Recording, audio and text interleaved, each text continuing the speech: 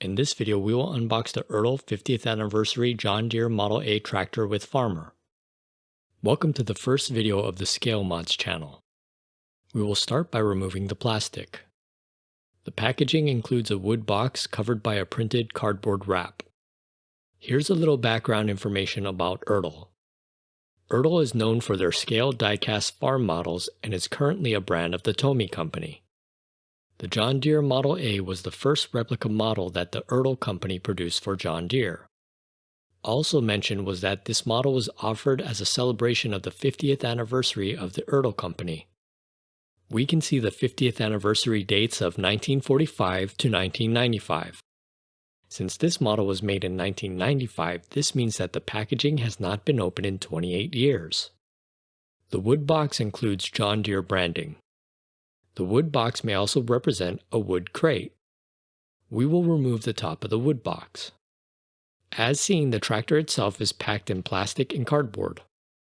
We will remove the tractor from the cardboard. Here is a view of the tractor and farmer on the wood base. There are notches cut into the wood of the base for the tractor tires. The wood base could be used as a display for the tractor. The base of the wood box has a brass plate. The brass plate reads Ertl Company 1945 to 1995 50th Anniversary Commemorative Edition. Now we will take the tractor off the wood base. Here's information about the John Deere Model A tractor. The John Deere Model A was produced from 1934 to 1952.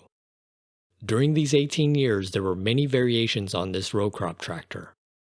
For conversation, we could consider this a John Deere Model A late model or stylized 4x2 or two-wheel drive version. The Model A started with 4 forward gears and 1 reverse gear. This is a model that likely had the transmission with 6 forward gears and 1 reverse gear. The Model A was built with an all-fuel or gasoline engine with 5.1 or 5.3 liters of displacement. Let's consider this a John Deere Model A to have a 5.3 or 321 cubic inch gasoline engine. The engine had 2 cylinders with a bore and stroke of 5.5 by 6.5 inches or 140 by 171 millimeters. Our conversational 2-cylinder engine had a compression ratio of 5.6 to 1 and is rated for about 975 RPM. As a side note, we'll compare this with a modern 5.3-liter engine offered by General Motors in trucks and SUVs. The GM 5.3 has 8 cylinders with a bore and stroke of 3.779 by 3.622 inches or 96 by 92 millimeters. The GM 5.3 compression ratio is 11 to 1 and has a maximum engine speed of 5,800 RPM. Now back to the Model A. The Model A included a transverse engine with the cylinders horizontal and inline. A Model A with the all-fuel distillate engine was tested to 29.59 horsepower at the belt and 26.2 horsepower at the drawbar. As mentioned, the Model A came in many variations. These variations included many different wheel and tire configurations. All of these variations could affect the measurements for the dimensions of the actual tractor at a scale of 1 to 1. That being said, we'll estimate a few measurements of our own with this 1 to 64 scale die-cast model. A 1/64 scale is equivalent to S-gauge scale in model railroading. We will use a model railroading ruler to quickly estimate some of the scale for this model. From the top view, this model could be scaled up to about 84 inches or 213.4 centimeters wide. The length of this tractor could be scaled up to about 140 inches or 355.6 centimeters. In this view, we can estimate the height of the tractor.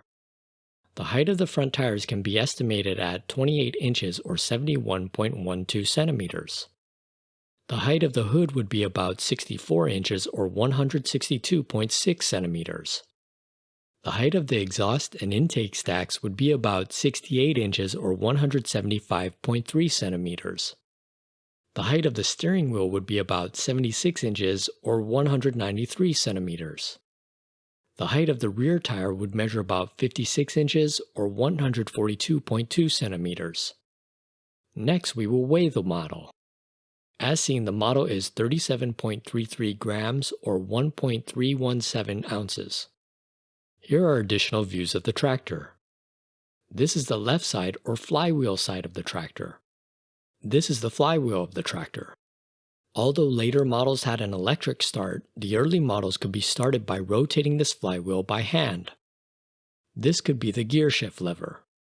This is the right side, which also could be called the pulley side or the clutch side of the tractor. This would be the clutch and pulley assembly housing. It's interesting to have the clutch assembly and dry disc clutch on the side of the tractor.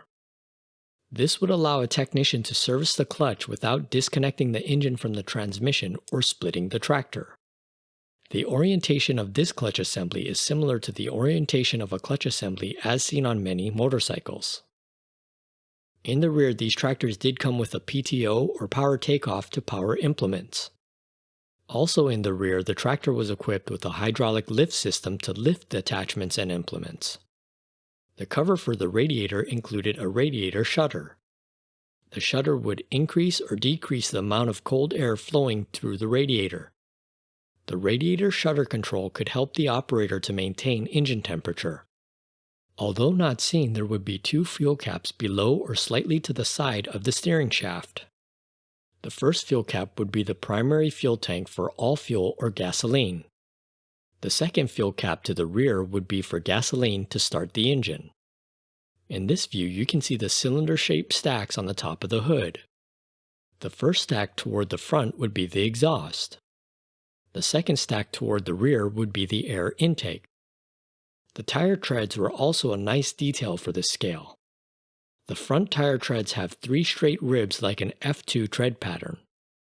The rear tire has a V pattern.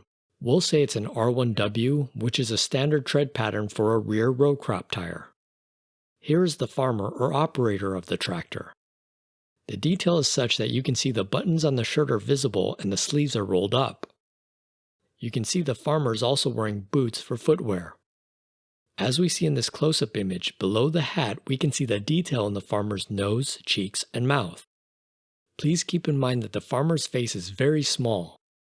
It measures about 2.6 millimeters from cheek to cheek. We will now rotate the tractor.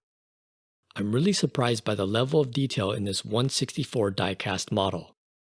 Also remember that this model was cast 28 years ago. Thank you for joining me and taking a look at this 1/64 die-cast model. We're just getting started with this channel, so if you haven't yet, subscribe now. Comments and likes are welcome. Also check out some of the videos on our other channels. Thank you for watching.